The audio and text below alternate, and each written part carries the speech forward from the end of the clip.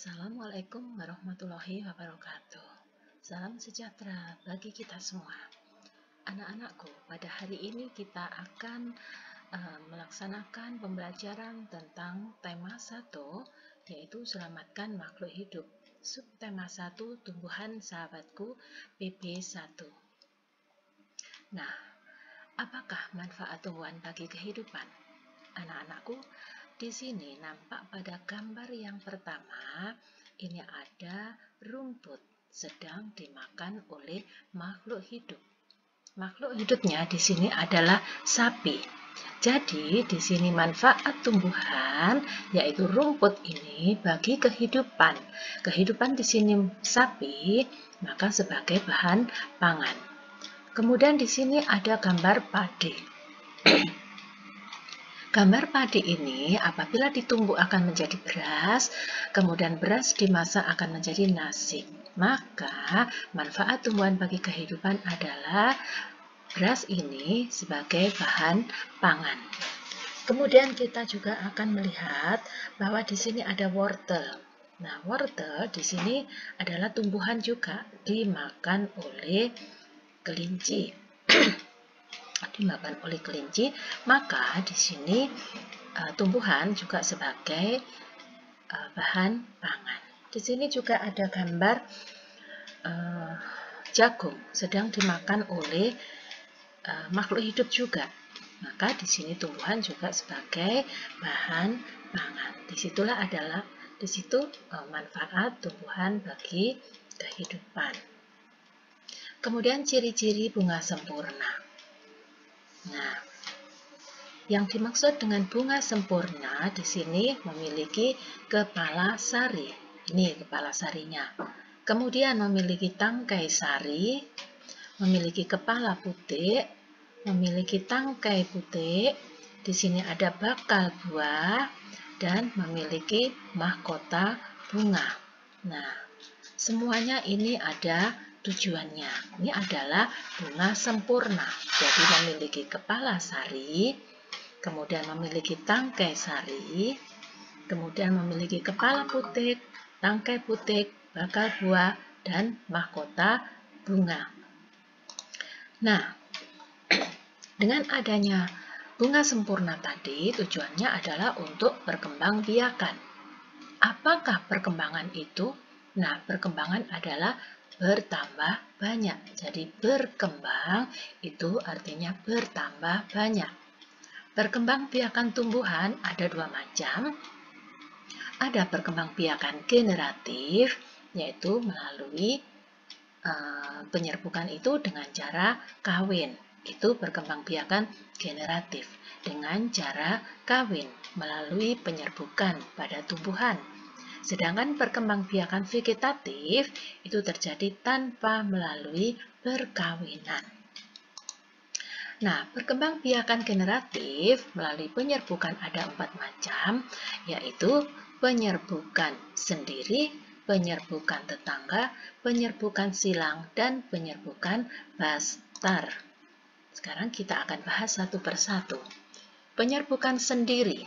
Nah, penyerbukan sendiri di sini dalam satu bunga apabila serbuk sari jatuh ke kepala putih bunga itu sendiri. Jadi dalam satu bunga ini terjadi jatuhnya benang sari ke kepala putih bunga itu sendiri. Maka terjadilah penyerbukan yang disebut penyerbukan sendiri. Kemudian penyerbukan tetangga. Di sini ada 2 bunga atau lebih, tapi masih dalam satu tangkai. Nah, bagaimana disebut dengan penyerbukan tetangga? Apabila serbuk sari dari bunga yang satu jatuh ke kepala putih bunga yang lain, tapi masih dalam satu tanaman atau satu tangkai. Kemudian ada penyerbukan silang. Tumbuhan ini tumbuh sendiri-sendiri. Nah, misalkan ada 2 tumbuhan, 2 pohon. Nah, memiliki 2 bunga, berbunga sendiri-sendiri.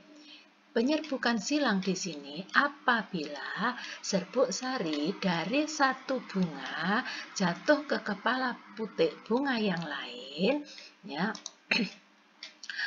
tetapi masih satu jenis. Misalkan di sini bunga sepatu, yang satunya juga bunga sepatu.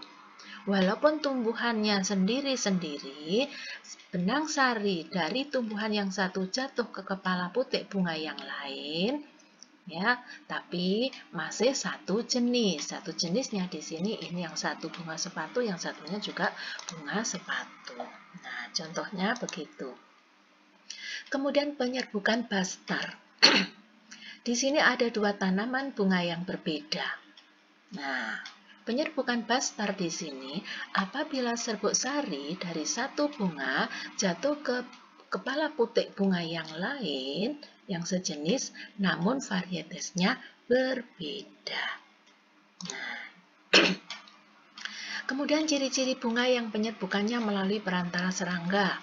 Nah, tadi dengan adanya penyerbukan, anak-anak, sekarang penyerbukannya itu bisa dibantu oleh serangga juga. Nah, ciri-ciri bunga yang penyerbukannya dibantu oleh serangga, di situ biasanya mahkotanya besar, warnanya mencolok, mengeluarkan bau yang khas dan menghasilkan nektar. Kenapa kok mahkotanya besar? Serangga dari jauh bisa melihat, oh di sana ada bunga, karena mahkotanya kelihatan sekali besar. Warnanya mencolok, indah sekali, ya, menarik perhatian serangga sehingga serangganya datang. Kemudian mengeluarkan bau yang khas sehingga menarik perhatian serangga juga sehingga serangganya datang. Kemudian tumbuhan bunga tersebut juga menghasilkan nektar. Nah, kemudian selain bunga yang penyerbukannya itu melalui serangga, di sini juga ada bunga yang penyerbukannya melalui angin. Ciri-cirinya bagaimana? Wah, ternyata serbuk sarinya kecil-kecil. Nah, ya, kalau penyerbukannya melalui angin, serbuk sarinya itu kecil-kecil supaya mudah sekali terbang, terbawa oleh angin dan banyak sekali. Kemudian bentuk kepala sarinya besar. Biasanya bentuk tangkai sarinya itu panjang sampai melebihi mahkota bunga. Ya, kepala putik berbulu dan tangkai terentang keluar dari bunga karena panjangnya tangkai sari tadi. Bentuk mahkotanya biasanya kecil, kadang sampai tidak memiliki mahkota. Nah, sehingga penyerbukannya ini bisa terbawa oleh angin, dibantu oleh angin. Nah, ya. Selain kita mempelajari penyerbukan tadi, sekarang kita kembali kepada tanda bacanya. Kita buat sekarang tanda bacanya dengan penyerbukan tadi. Sekarang kita menggunakan tanda petik. Nah, tanda petik digunakan untuk kalimat langsung. Yang dimaksud dengan kalimat langsung, yaitu langsung diucapkan. Bukan dari katanya dia, katanya ini. Nah, biasanya kalimat langsung itu pada percakapan. Nah, contohnya, ayo mengamati penyerbukan bunga, kata Tio. Nah, saya ulangi, ayo mengamati penyerbukan bunga, kata Tio. Nah, penulisannya tanda petik di sini karena kalimat ini merupakan kalimat langsung oleh Tio. Nah, ya, awal kalimat ada tanda petik. Ayo, karena awal kalimat jangan lupa menggunakan huruf kapital. Setelah kata ayo, maka di sini digunakan tanda koma. Mengamati penyerbukan bunga, tanda seru, tanda petik, tutup. Kata Tio. Penulisan kata ini menggunakan huruf kecil. Tio karena nama orang menggunakan huruf kapital. Jangan lupa tanda titik. Nah, ya. Kemudian tanda titik 2. Nah, tanda titik 2 digunakan untuk apa?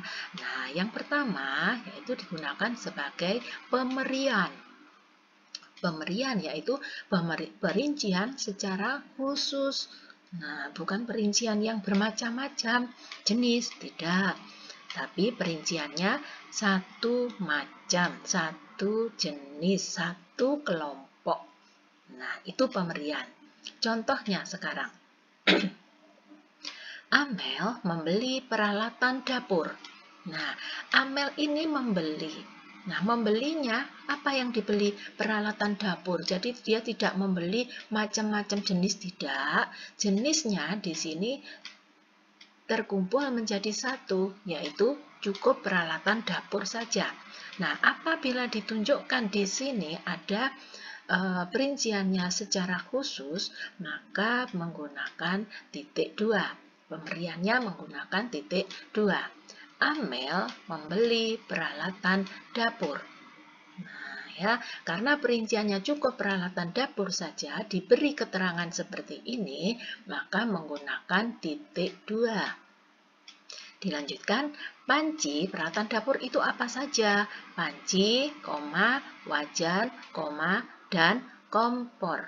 Nah, apabila kalimatnya tanpa peralatan dapur, Amel membeli begitu saja, berarti tanpa titik 2.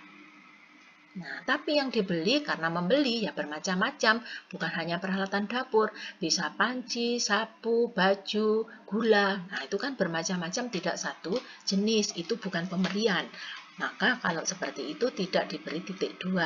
Karena di sini ada pengelompokan pemberiannya satu jenis, hanya peralatan dapur saja dan ditulis di sini, maka menggunakan titik 2.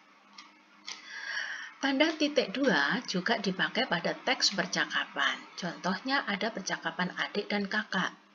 Nah, maka setelah penulisan adik menggunakan titik 2. Menggunakan tanda petik, kita ulangi yang tadi, karena kalimat langsung, maka menggunakan tanda petik. Adik mengatakan, sedang mengamati apa, Kak? Nah, setelah tanda petik, kita menggunakan huruf kapital karena awal kalimat. Kemudian, koma di sini, Kak. Nah, karena kata ganti orang itu tidak harus nama, ya. Kak, Dek, Man, Bu, Pak. Nah, Nek. Nah, itu juga kata ganti orang. Maka penulisannya harus menggunakan huruf kapital. Kemudian kakak menjawab, penyerbukan bunga sepatu, Dek. Nah, ini yang salah penulisannya. Ini seharusnya huruf kapital. Kemudian, koma baru Dek. Nah, Dek di sini penulisannya menggunakan huruf kapital. Pemberian daftar isian. Hari, titik 2, Senin. Tanggal, titik 2, 25 Januari 2013. Penulisannya huruf kapital di sini karena bulan. Bulan menggunakan huruf kapital. Tempat pakai titik 2 juga. Nah, Aula SDN Kauman 1. Nah, sekarang contohnya. Kita menggunakan tanda petik, kalimat langsung, dan pemberian. Penggunaan tanda petik yang paling tepat pada kalimat di bawah ini adalah option A, kita bahas. Sudah benar ataukah salah? Apabila salah, di manakah kesalahannya? Nah, tanda petik. Kenapa kamu sedih, Dek? Tanya ayah. Benarkah kalimat ini? Kita cari sekarang. Oh, masih kurang benar. Di manakah letak kesalahannya? Kenapa? Nah, ini awal kalimat sudah menggunakan huruf kapital, berarti sudah benar. Kemudian koma, Dek. Nah, penulisannya D ini masih belum benar karena ini kan kata ganti orang, seharusnya huruf kapital. Tanya ayah, tanya ini seharusnya huruf kecil. Ayah kata ganti orang, A-nya sebetulnya huruf kapital, berarti option A masih belum benar. Option B, kita cari, kenapa kamu sedih, Dek? Tanya ayah. Di manakah letak kesalahannya? Nah, kita lihat, oh ada tanda petik, ada karena kalimat langsung. Kenapa? K-nya huruf kapital sudah benar. Koma, Dek. Nah, Dek-nya huruf kapital karena kata ganti orang sudah benar.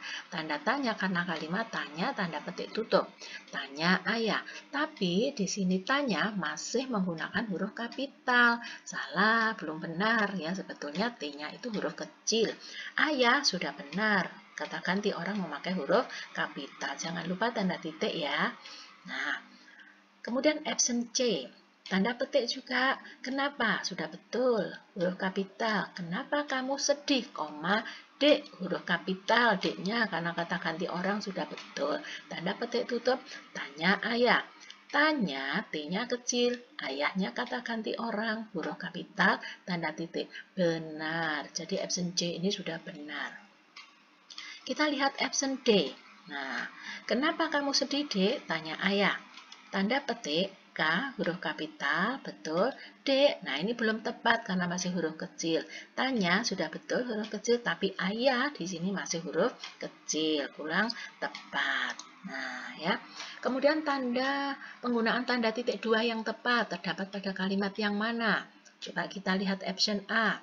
Daniel mempunyai binatang. Nah, ini berarti ada pemberian secara khusus. Dia mempunyai, maka disebutkan mempunyai apa. Kalau hanya mempunyai saja, dan yang dipunya itu bermacam-macam jenis yang berbeda-beda, tidak menggunakan titik dua. Karena di sini mempunyai binatang, berarti perinciannya tentang binatang saja harus menggunakan titik dua. Anjing, beo, dan kucing. Sebelum dan harus ada tanda koma ya nak ya. Nah, kemudian ada tanda titik. Nah, ini yang sering lupa. Kemudian untuk option B, Saskia bertempat tinggal di Jalan Sidamanik nomor 32 Yogyakarta. Nah, Saskia bertempat tinggal itu tanpa menggunakan titik dua. Option C, Nadia menjadi ketua kelas titik dua. Benarkah menggunakan titik dua? Oh, kurang benar. Yang D, Faris berbelanja. Nah, dia hanya berbelanja. Berbelanja apa? Jadi bermacam-macam jenis yang berbeda seharusnya tanpa menggunakan titik dua. Berarti option D masih belum betul. Nah, ya. Kemudian penulisan titik mangsa yang benar. Nah, setelah nama kota itu penulisannya koma. Sedangkan option A di sini menggunakan titik dua, berarti masih belum benar. Kita lihat lagi, oh September, nama bulan sudah huruf besar, benar. Tapi kesalahannya ada di sini. Setelah nama kota sebetulnya di sini koma, tapi ini diberi titik dua, berarti option A masih salah. Option B, Sidamanik, nama kota kemudian diberi koma, betul. 11. September. Nah, ternyata kesalahannya ada di sini. Septembernya kecil. Nah, option B masih salah. Option C. Sidamanik titik koma. Nah, penggunaan tanda bacanya bukan titik koma, sebetulnya koma. Nah, dari sini saja sudah kelihatan kalau option C ini sudah kurang benar. Option D. Sidamanik, 11 September. September nama bulan pakai huruf kapital. Sudah benar. Berarti yang benar di sini option D. Nah, kemudian selain kita menggunakan tanda baca dan huruf kapital, kita gunakan juga pada bilangan bulat. Nah, bilangan bulat itu bilangan yang bagaimana? Oh, ternyata kalau kita mengamati pada garis bilangan ini. Nah, pada garis bilangan ini ada bilangan negatifnya. Kemudian ada bilangan 0, ada bilangan positif. Nah, inilah yang dimaksud dengan bilangan bulat. Jadi, bilangan bulat itu terdiri dari bilangan negatif, bilangan positif, dan bilangan 0. Jadi ada bilangan negatif, ada bilangan caca. Bilangan caca itu mulai 0. Nah, ini yang dimaksud dengan bilangan bulat. Nah, bilangan bulat negatif. Nah, apabila dari 0 kita melangkah ke kiri. Nah, dari 0 kita melangkah ke kiri berarti melangkah ke bilangan negatif. Nah, apabila kita melangkah semakin ke kiri, maka nilai bilangan itu akan semakin kecil. Nah, ya. Kemudian dari bilangan 0 kita melangkah ke kanan. Nah, apabila kita melangkah ke kanan, semakin ke kanan, nilai bilangan itu semakin besar. 1 ya, lebih kecil dari 2. Nah, kita melangkah lagi ke kanan. 2 lebih kecil daripada 3. 3 lebih kecil dari 4. Begitu pula sebaliknya. Dari 0 kita melangkah ke kiri, semakin ke kiri tadi kan semakin kecil nilainya. Nah, 2 Nah, 2 ini letaknya di sebelah kiri dari bilangan 1, maka negatif 2 ini nilainya lebih kecil dari negatif 1. Negatif 3 letaknya di sebelah kirinya negatif 2, maka nilainya negatif 3 ini lebih kecil daripada negatif 2. Walaupun di sini ada bilangan 3, tapi ini kan negatif. Negatif 3. Negatif 3 itu letaknya di sebelah kiri dari bilangan negatif 2. Maka negatif 3 ini nilainya lebih kecil dari negatif 2. Nah, di sini ya pengertiannya. Bilangan bulat, bilangan yang terdiri atas bilangan cacah dan bilangan negatif. Berarti ada bilangan negatifnya, ada bilangan 0, dan ada bilangan positif. Kemudian di sini urutan bilangan bulat dari 0 ke arah kanan itu semakin besar. Ditulis 0 itu kurang dari 1, 1 kurang dari 2, 2 kurang dari 3. Nah, semakin ke kanan semakin besar nilainya. Urutan bilangan bulat dari 0 ke arah ke kiri itu semakin kecil. Ditulis negatif 3 itu kurang dari negatif 2. Negatif 2 itu lebih kecil daripada negatif 1. Negatif 1 lebih kecil dari 0 dan seterusnya. Nah, setelah kita mempelajari bilangan negatif dan positif, maka sekarang kita akan kembali ke negara ASEAN. Nah, negara ASEAN terbentuk pasti ada negatif dan positifnya. Nah, negara-negara ASEAN ini terbentuk ya pasti ada negatif dan positifnya, kekurangan dan kelebihannya. Nah, pertama kita pelajari dulu. ASEAN adalah sebuah organisasi internasional yang beranggotakan negara di kawasan Asia Tenggara. Nah, tujuan ASEAN di sini adalah memajukan pertumbuhan ekonomi, sosial budaya, serta menjaga keamanan. Kapankah negara ASEAN itu terbentuk? Nah, berdirinya pada tahun 1967 pada Deklarasi Bangkok. Kemudian yang mendirikan siapa negara ASEAN itu? Wah, ternyata pendiri negara ASEAN itu ada 5 negara. Di antaranya adalah Indonesia, Malaysia, Thailand, Singapura, dan Filipina. Pada deklarasi tersebut, Indonesia diwakili oleh Adam Malik, itu Menteri Luar Negeri saat itu. Kemudian Malaysia diwakili oleh Tun Abdul Razak. Thailand diwakili oleh Tanan Koman. Singapura diwakili oleh S. Rajaratnam. Filipina diwakili oleh Narcisco Ramos. Nah, sekarang dari 5 negara yang mendirikan itu tadi, negara ASEAN sekarang berkembang menjadi 10 negara, yaitu Indonesia, Malaysia, Thailand, Singapura, Filipina, Vietnam, Laos, Myanmar, Kamboja, dan Brunei. Nah, negara yang terkenal dengan pelabuhan transitnya di ASEAN itu adalah negara Singapura. Negara Asia Tenggara yang tidak pernah dijajah oleh bangsa lain adalah negara Thailand. Sedangkan negara Asia Tenggara yang tidak memiliki wilayah laut itu negara Laos. Nah, anak-anakku, untuk materi tema 1 hari ini sampai di sini dulu. Kita nanti akan mengerjakan lembar kerja. Selamat belajar. Ibu akhiri. Wassalamualaikum warahmatullahi wabarakatuh.